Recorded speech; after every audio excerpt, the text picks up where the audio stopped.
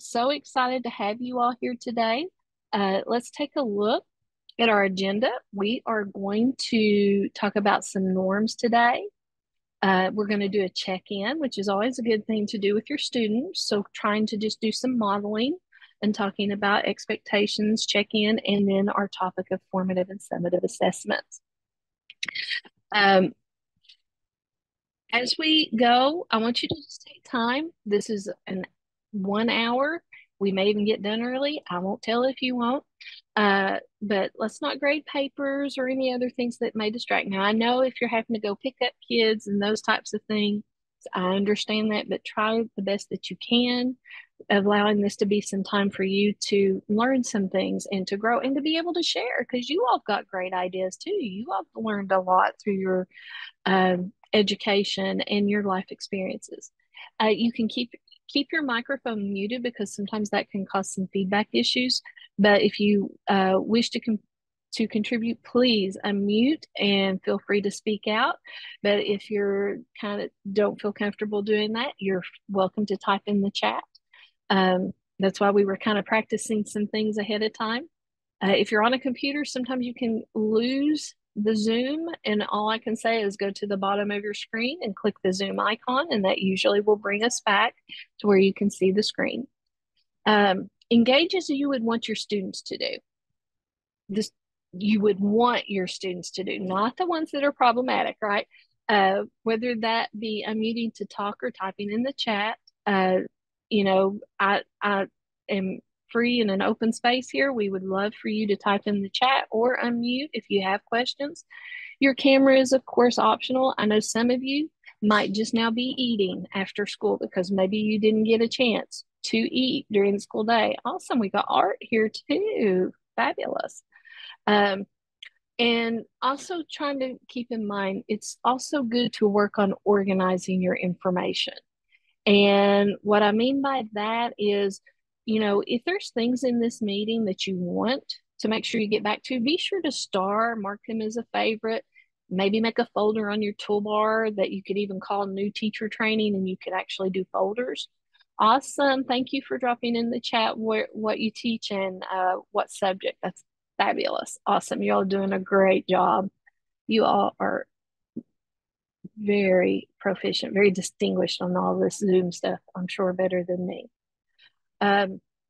So we are going to do what we call a check-in. So I do love my Star Wars, and I do love Mandalorian. Yes, I do love Baby Yoda too. So I want you to take a look at these pictures, and I want you to type in the chat for me on a scale of Baby Yoda. How are you feeling today? So taking a look at all those expressions, and this is what some of us, when we're looking at this, how we perceive. And so I'm going to tell you, I'm probably I would say a lot of you are fours because that's the sleepy one. At the end of the day, I know you're exhausted and so appreciate you taking the time to be with us today. But a four, definitely, especially if you have been with kids. A three, I love it. Probably at a three. Strong four right now. Seven. Oh, I love the seven. Love it. So you're at a nine. Awesome. I love it, love it, love it. Oh my goodness. Oh, six. Oh, bless your heart. Oh, oh. But taking a look and just kind of looking at where people are, you can do this. You are welcome to utilize this, but there's all kinds of these out there. They have dogs, they have cats, but what a fun thing to sometimes let your kids, as they come in the room and starting class, to do a check-in so that you kind of got a feeling of where your students are. Was it a one? And now you're at a three. I love it. You all are an awesome group. Oh my goodness. Well, so we have a lot of different things. If you've had a great day, that really does make a difference. I always tell people at the end of the day, be kind to yourself because as teachers, we have a tendency to focus on those little things that maybe just didn't go right. It's kind of like that white sheet of paper, and you focus on the one black dot on it that's just kind of bothers you. But look at all the white and look at all the good that happened during the day. So always remember that. Focus on and be kind to yourself, and remember think of all the good things that has happened. And speaking as someone who has messed up more lessons than probably normal, um, you always can go back and try again and reflect and think about, how can I make that better? How do I do better with that? As new teachers, some of you just now starting, making sure that you're checking in with your district people, your mentor, or your principal in the building, because most of them are going to assign you someone. So, talking to them and making sure that, you have all your resources that you need, but staying, of what your curriculum, all the things that you have access to. And I know some of you've already started, but some of you are getting ready to start. But what we're going to focus on today are formative and summative assessments. Thank you so much for sharing on the check-in, though, because that does give us just a really nice thing. Like I said, just kind of modeling for you some things you can do with your students. Uh, that's I'm always trying to do better too. Thank you. That is for sure. Um, but as we are checking on our kids and building those relationships, that's the biggest impact that's going to be with those kids, and that's you. Nothing is more important in that classroom than you as the classroom teacher. And so working on checking on your students and showing them you're really interested, because if you have a kid that's showing that that they are sad and just feeling we're down, asking some questions, kind of building those relationships. There's more than Baby Yoda, like I said. There's cats and dogs. I found a really cute Mario one. I found some that have been Scooby Doo's and all kinds, Bugs Bunny, superheroes, all kinds of things. So finding something that all the kids, and switching them up is always a fun thing too. So just kind of sharing that. But awesome. It looks like we have a lot of different feelings today. And so now 8 is one of my favorites, but it's all because of a meme that goes with it. It's the meme of, your expression when you find out stress balls are not for throwing at people when they stress you out. But that's me. But I do like that one too. Uh, Myself, I would probably be, as for me, I might be around a 9 or a 5. I'm guessing I'm somewhere in between those two. I'm guessing on that one. Our learning intentions today. So I know a lot of you are using some different things, making sure, like I said, checking in with principals and that they are, or your instructional supervisors in district, and they are going to either ask you maybe to post your learning intentions, learning targets, success criteria. And what we're looking at for today is understanding the 4 assessment purposes and how they provide a variety of evidences to support educational decision making. And then recognize some strategies to help that help to well, that's not right. Recognize strategies that help with the process of formative assessment. I guess that is right. So I'm going to actually even give you some time to explore some strategies and let you be able to go through and pick one, hopefully, that you will want to try to implement here in the next month or so. What type of assessments make up a balanced assessment system? And we're utilizing information from KVEC, from their model curriculum framework. So I do have that document attached at the end so that you can access that if you ever wanted to go in and explore that, because it has a lot of information related to assessment. But you have your formative, you have your interim, your benchmark, your diagnostic, and your summative. Now, I know the title was formative and summative, but we can't really talk about those without also bringing up the diagnostic and the interim benchmark assessments. And let's just take a look at these. I love a table. I just love tables. So if we take a look at the assessment type, when we talk about grain size, that's really talking about the standards, the amount of the standards. And so when we do a formative assessment, we're going to be looking at a very small amount of our standards, maybe 1 or 2. We're not looking at a broad range of the standards within our content areas, regardless of what we're teaching. Formative assessment is minute by minute or day by day. You do it all the time. And a lot of times we don't even think about what we're doing as being formative assessments. When you're watching those kids in the class, whether it be kindergarten or seniors, and you're seeing that you've given an assignment and you're walking around and you're noticing some kids are struggling. You're watching body language, you're watching facial expressions, right? You're um, looking at what work that they're doing to see if they're having success. You're doing it all day long. And so you're constantly processing. So formative assessment is one that we readily utilize, and sometimes we're not always thinking about it because some of us have this thought that formative assessment is the tool, but it's the process. I will say this, and if nothing else, do me this favor after this: is as an instructional supervisor of a district, I was talking to one of the teachers, and she said, "Well, I'm going to go give them a formative assessment." I said, "Well, what are you going to do with it?" And she said, "Nothing." I was like, "Nothing." She said, "No." I said, "Are you going to make any adjustment to what you're teaching the next day? Is that going to affect anything that you're doing in class?" "No, I'm just giving it to give it." And I was like, "Well, why give it? Because it sounds like it's a waste of time." Because our time is so precious in the classroom. We don't need to be doing things just to be doing them. They need to have their purpose.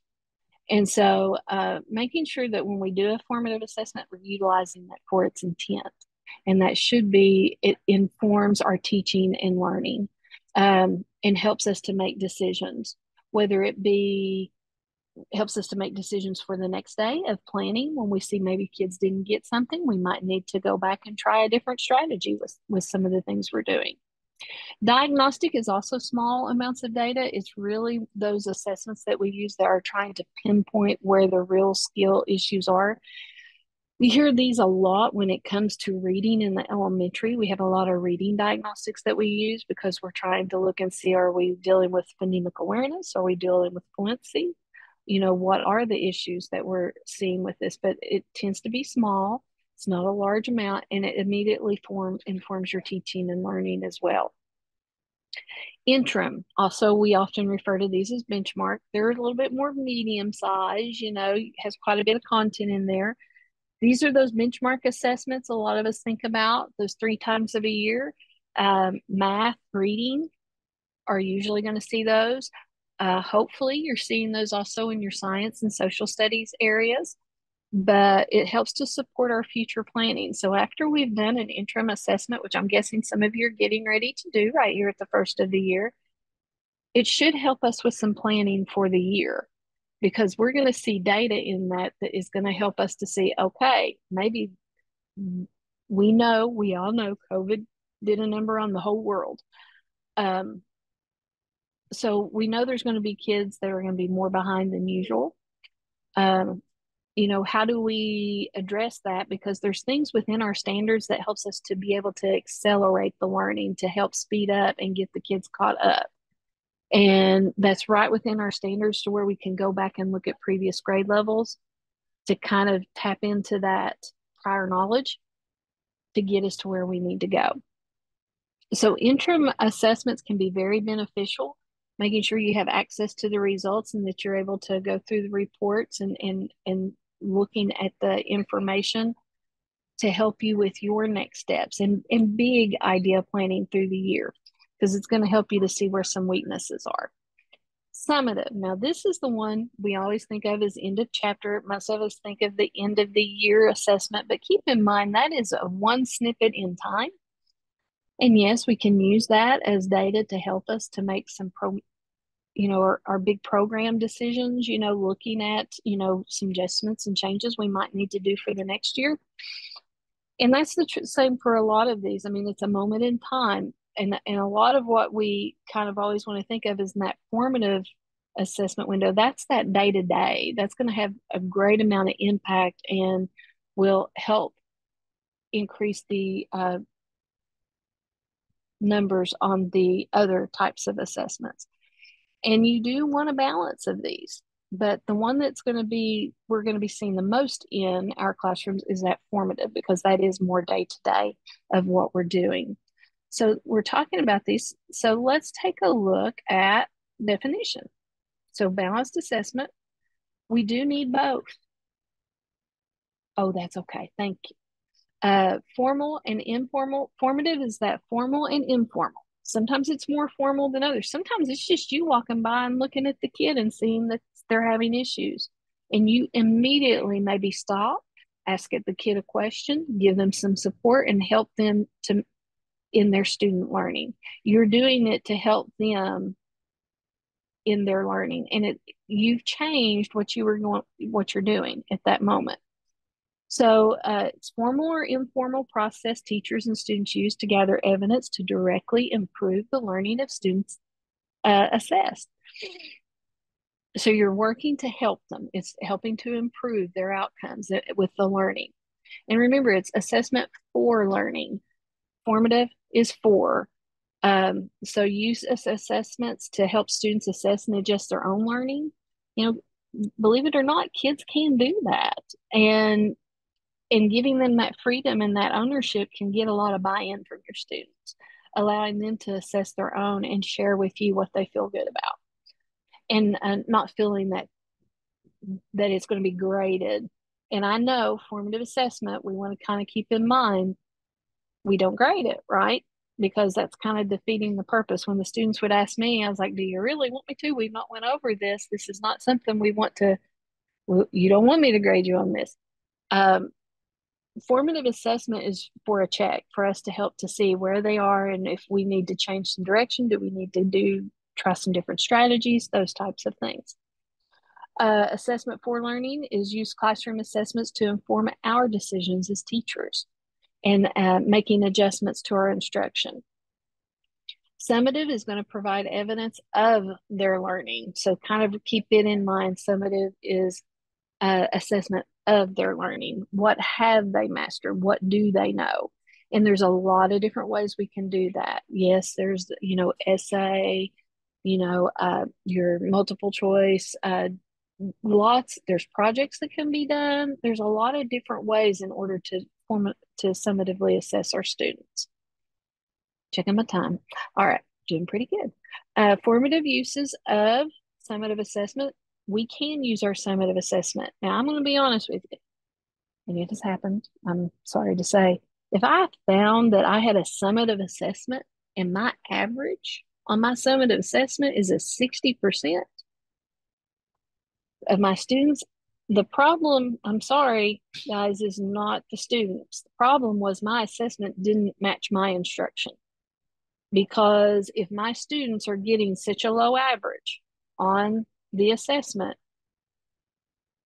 something's not matching within those. So making sure that when we plan that summative assessment, that those questions match what we have taught in class. Because if it's not, if we're looking and we're seeing, and sometimes, yes, if you've got like a 50, and I have had a 50% average on an assessment, that told me I needed to go back and redo some stuff, and that apparently what I did as my instruction and my activities, they did not get to what I had assessed them on. So if you're getting data on the summative assessment, it is going to give you information of what some next steps need to be. And so if you have an assessment and your kids are, you got 80% of them, maybe the average on the assessment was 80%, a B minus, that's a great, you still have some kids who didn't do well. And what can you do to support those kids? Because if we're teaching some subjects, they build. And so how do we address those kids that didn't do as well?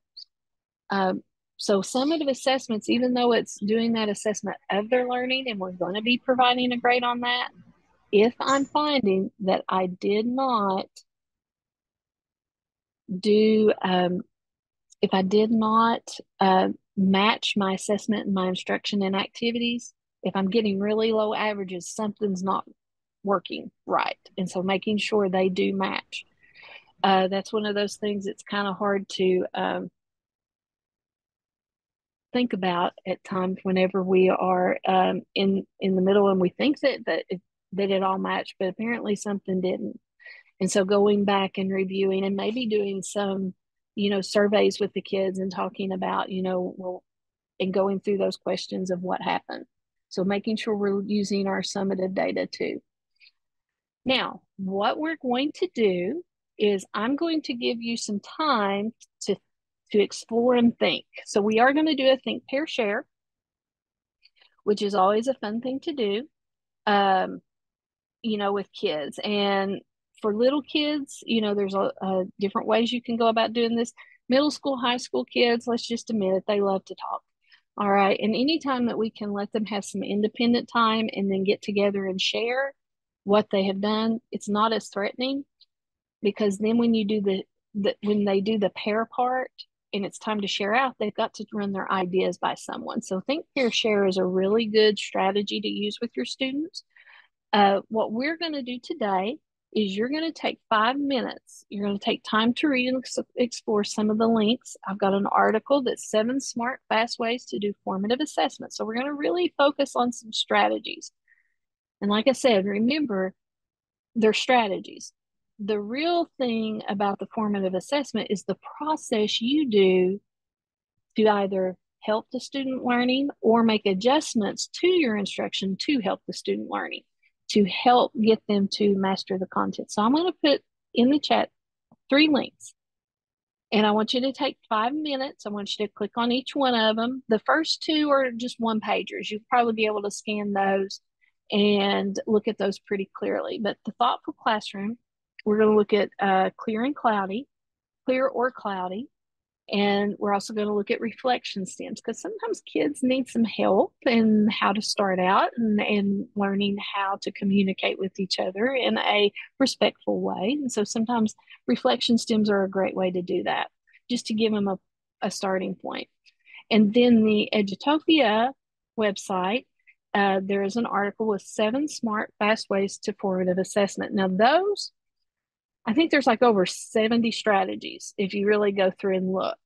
But I don't want you to get too overwhelmed. I want you to kind of scan first each of them. And then I want you to explore and kind of look at what might be something that would work for you. A lot of these things, when you start looking at them, you're gonna be like, well, I kind of already did this one.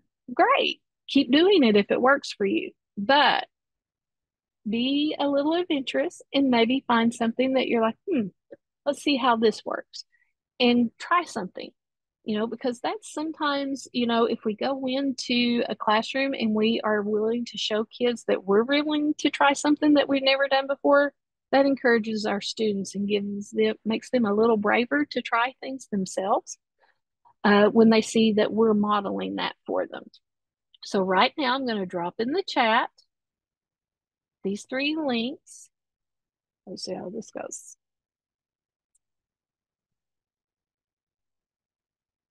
And so you have the first one is the clear or cloudy. And it's just a really good, it really works well for any grade level, because, kindergarten to 12th grade will understand clear or cloudy. And it's just a 1-pager, kind of talks through it. Same thing with reflection stems. It's a 1-pager that you could utilize. It's from the Thoughtful Classroom. For assessment, it's this book. Let's see, can you see it? There you go. It's this book right here that those are coming from. And then the article with Edutopia, that has that. Now, let me tell you, that's a rabbit hole. Do that one last, okay? Because you're going to click on one thing, it may take you to another article, it may take you to a document. It's all over the place, but you will get lost. So just make sure you can go back. You can always go back on that one. So I'm going to set the timer for 5 minutes, and I'm going to do my exploring too. And I want you to be thinking as you explore, I want you to find at least 2 strategies you want to try to use between now and the next time we meet, because that's something I'm going to ask you to try to share out at the next meeting. After 5 minutes, I don't want you to stress when the timer goes off. If you need more time, that's something you can even do with your students, because sometimes what we think may not take so long may take our students a little bit longer. Now, some of you might get done soon. If so, try some different links and go look at those, because like I said, there's over 70, so there's a lot in there on the one article. So take time just to kind of process what you're looking at.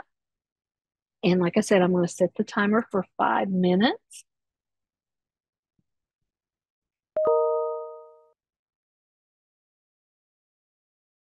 Okay, the timer just went off. Is everybody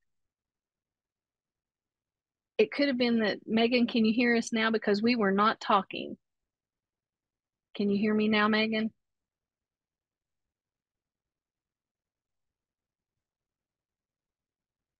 And that's a great suggestion, Gina, is if you can't hear now, I don't know if you just logged in with, okay,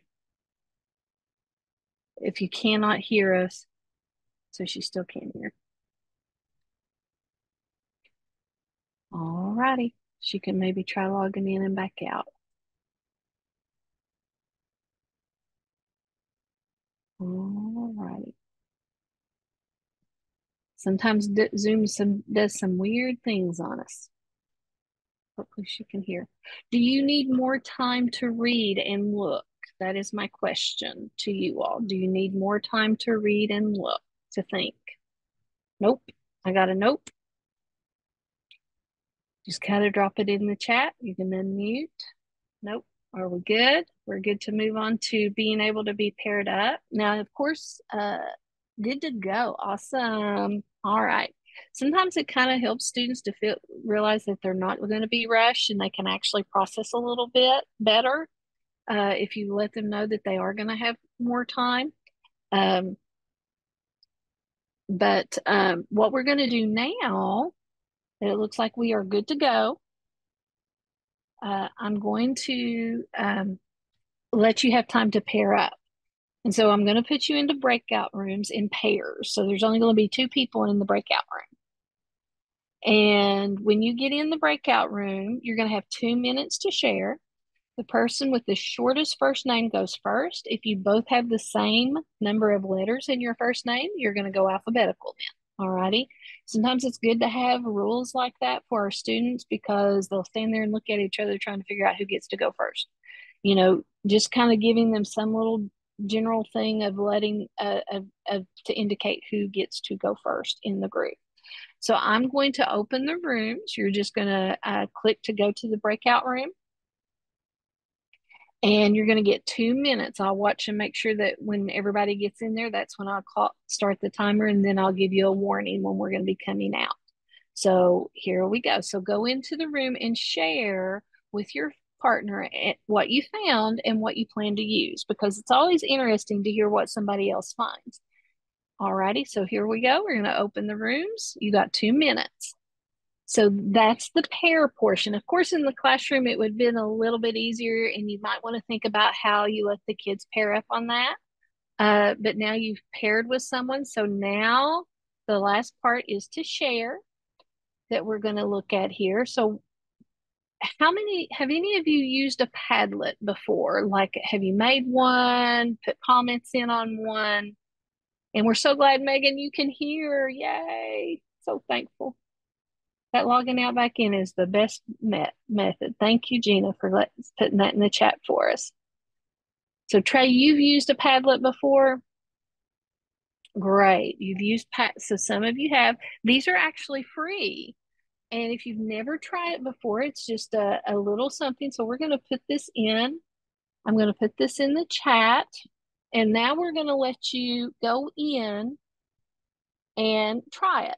Maybe a Padlet is what you're going to want to try, because now here's another tool. It's something you can do to check kids to see how they're doing. Sometimes you'll hear some people call cold talk. A lot of us do that, where we call on kids. We don't even ask them to raise their hands, but we just start calling on them or do the stick thing, for checks for understanding. So there's a lot of different strategies and tools you can utilize.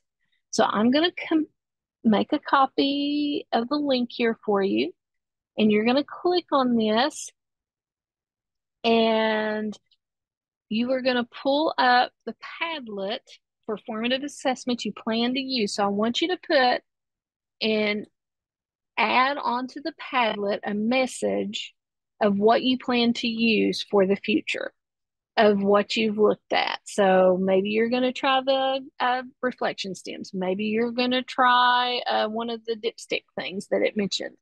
Maybe there's a type of exit slip. Maybe you're going to do a Kahoot or a Quizlet.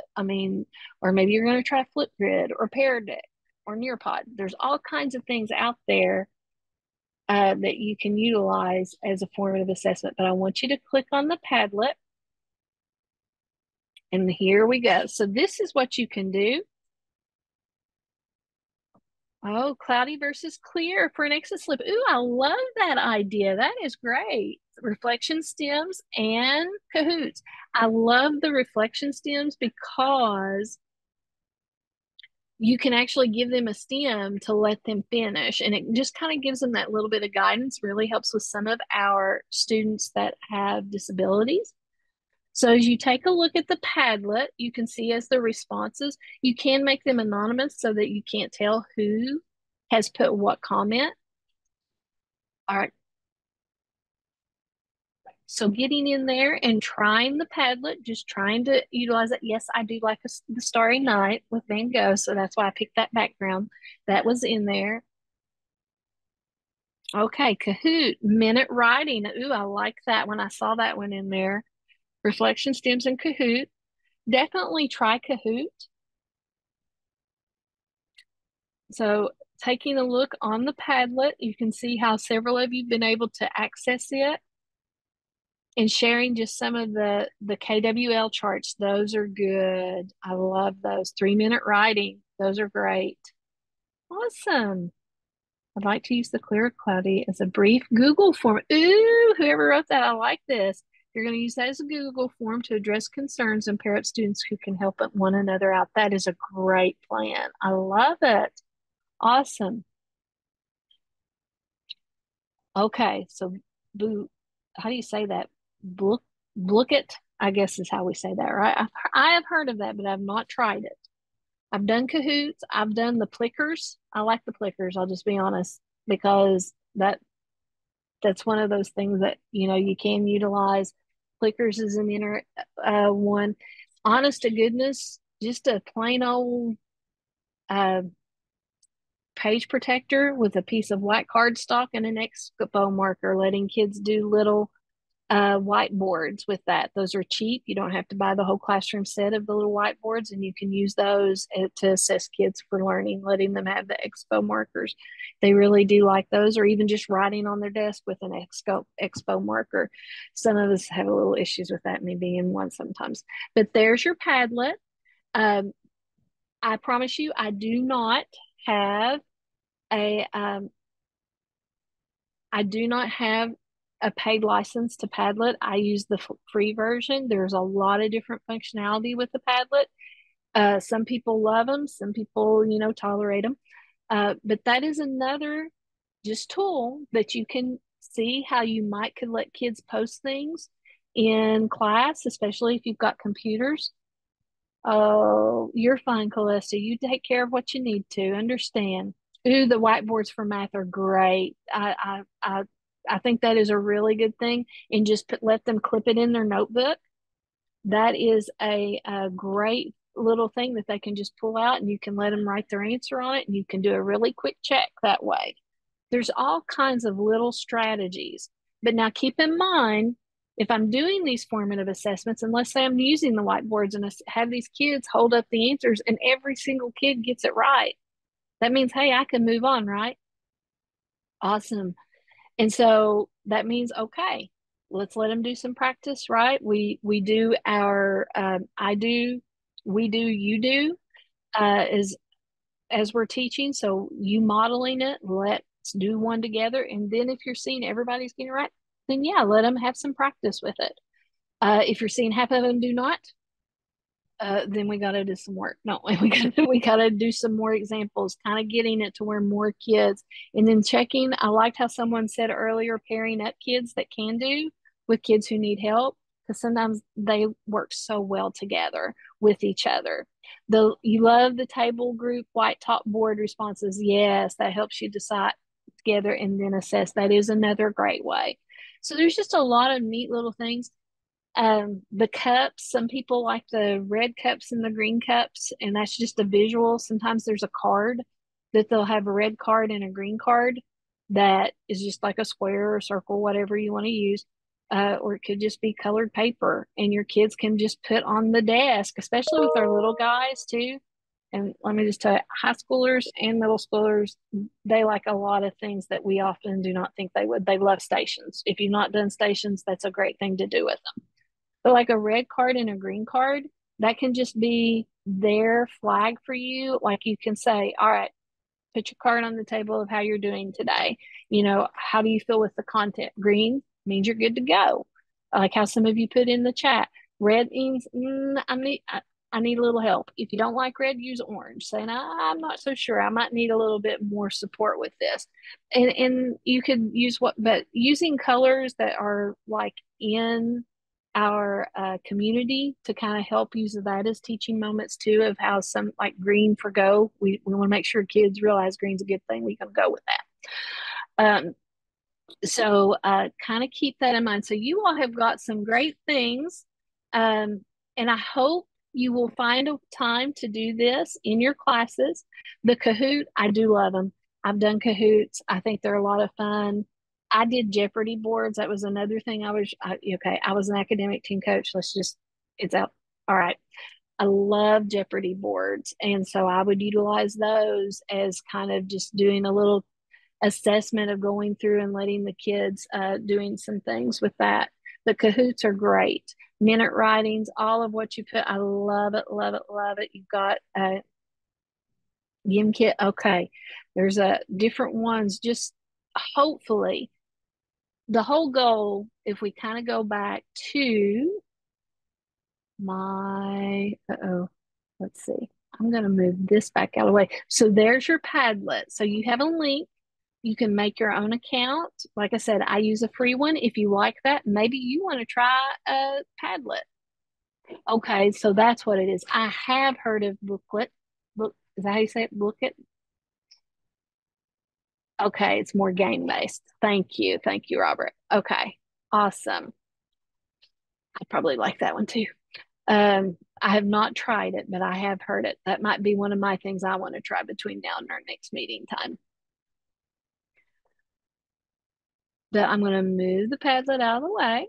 So now that we've come to this point, hopefully, looking at our Padlet, and some of you put things in the chat, and that's a great way to work around writing things in the chat if you're not able to get to the Padlet. But now let's think about what was our learning intentions. We talked about the 4 assessment purposes and how to provide a variety of evidences to support educational decision making. So formative assessment is huge for us as classroom teachers. Yes, the others are important too. Summative, we should be even using that to help us to make our next steps of where we're going to go next with our students. But seeing how that it all is balanced, but formative we use daily, even at times minute to minute in our classroom. But recognizing strategies that help to that still doesn't sound that help with the process of formative assessment. I'm still having the same problem as I did earlier with that one. But recognizing the process of formative assessment and how is that? So if I do that Kahoot, how's that gonna, or that Booklet, how's that gonna impact my instruction and what I'm gonna do with those kids? Because if I'm doing this Kahoot and I'm seeing they're really struggling and they're not getting these questions, what's my next step? So what's another strategy I can do that might be able to help get them to where I want them with the content and getting to the rigor of the standards? So I have so enjoyed my day with you all today. I do want to let you all know, I'm not sure, there's a lot of issues with trying to get subs, so you may not can make it, but we do have a classroom management training. That's why we didn't do it at first today. We did with formative and summative assessment because that's such an integral part of what we do in our classrooms, because we're always assessing and looking at kids and trying to make our instructional decisions. But we have Shalonda coming now. For those of you that are Harry Wong fans, let me show you something. All right, see that lady right there on the screen, right? Ooh, there we go. If you take a look at my book right here, let's see how many of you have this one. The First Days of School. Her picture's right here on the front of the book. She's one of the few people who have, I think she's the only teacher who's shared the stage with Harry Wong, but she is in the First Days of School. So if you're a Harry Wong fan, I think you will be pleased. And if you can come to this, that would be phenomenal. It will be here in Hazard at KVEC. So the registration, you can see the QR code there.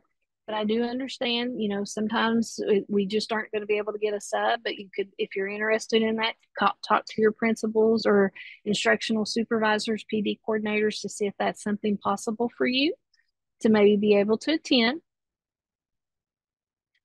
Future meeting date. So the next meeting date is September 21st. And if you accepted the calendar invites I sent out, and you accepted the series, it should have marked your calendar. I will send out a reminder the week of, but here are the dates for you to add to your calendar.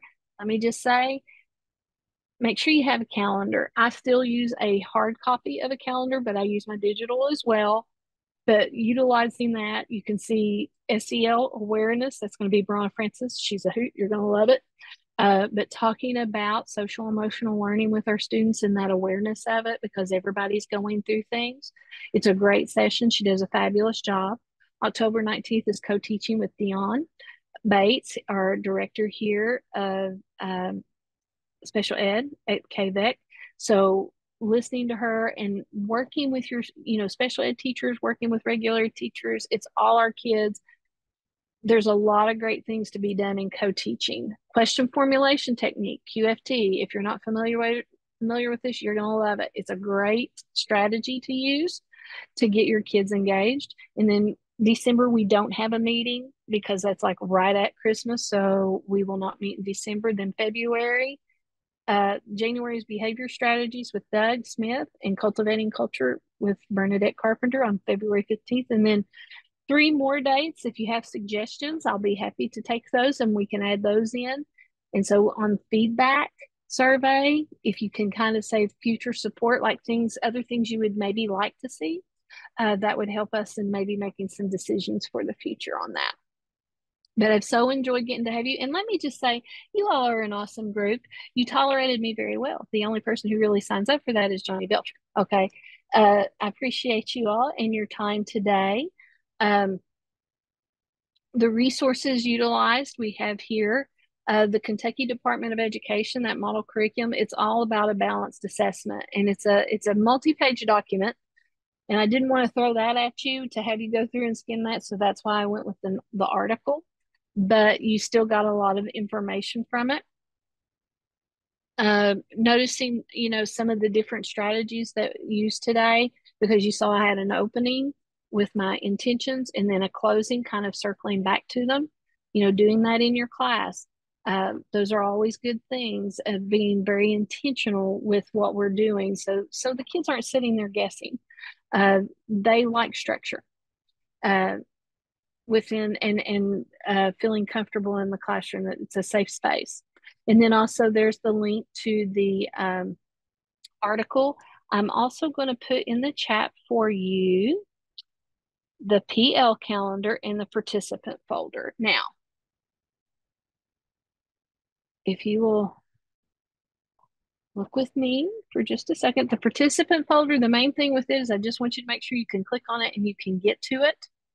It's going to have August folder. I will make a PDF of this PowerPoint and drop it into the August folder, and then a recording later after the recording's been processed and edited. The other thing is our KVEC PL calendar. And why I want to show you this one is it does have upcoming trainings that we have here at KVEC. So when you take a look at this, you can see right here we are, the new teacher network. There is a climate and health in Kentucky, exploring K-12 curriculum connections. That might be something, but it is after school. Classroom management, you see right there it is with the registration link and a little bit of information. We have a KVEC training series with Megan Martin that's really focusing on behavior and looking at things with behavior, evidence-based strategies with behavior. When we're dealing with kids that are, maybe a little bit of a challenge for us. So having some strategies, but you can look and see some are for principals, some are for teachers. So just making sure that you're aware that that is out there and available for you as well. And was everybody able to access the participant folder. Please let me know if you had any trouble with that. Great. Thank you all. You all are so good to respond. You are awesome. I love it because that's exactly what we want our kids to do too in class. You're being good models. Awesome. Awesome.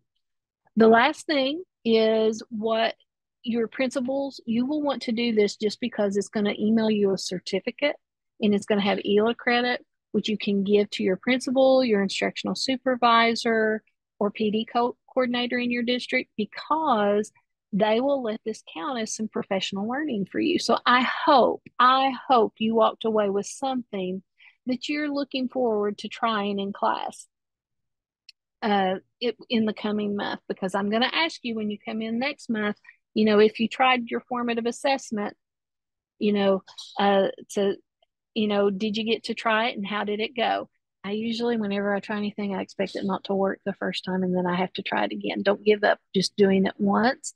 But if it doesn't work after you've tried it a second time, pick something else, try a different strategy. But keep in mind, when we're using formative assessments, it's not that tool, it's not that strategy, it is what we do in that process. How is that going to impact our instruction? How is that going to affect student learning in my classroom? So keeping that in mind. So I'm going to put in the chat the link. If you aren't being able to use your phone with the QR code, it is a QR code with a feedback survey, and there are pre-filled links. There are things already filled in for you. Yes, I did some work for you. I already named the session. It's the KVEC New Teacher Network, which I have there in the chat for you. The length of the training is 1 hour. I already took care of that for you, and I already put that ELA number in there for you too. And so if you did accidentally erase it, I've got that in the chat, or you can just ask me and I can say it out loud. But that's just a number that KDE uses to do this leader credit that we do, which is handy to have for your PD coordinators. Presenter's name, I usually just put in KVEC staff. You can add my name if you want to. It's Mary Belcher, Mary Belcher, Belcher. And I have thoroughly enjoyed having you all today. You all have been a great group and very helpful. Love how you all were able to utilize the chat, and you all have just been phenomenal. It's been a great day for me. I hope you found something you can use. If you have any questions, let me know. If you do not get the certificate, it will come from kvec.training. If you do not get that, double check your email too before you click submit. Make sure you got the right email in there. But if you do not get it, let me know and I will email you a copy of the certificate for you to have, because it saves it on my form so that I can go back and retrieve the certificate if it doesn't email to you. But it will come from kvec.training. And I hope you all have a wonderful Friday tomorrow and that things go wonderful for you and you have a great school year. If you need absolutely anything that we can help you with, don't hesitate to reach out, and hope you have a great year.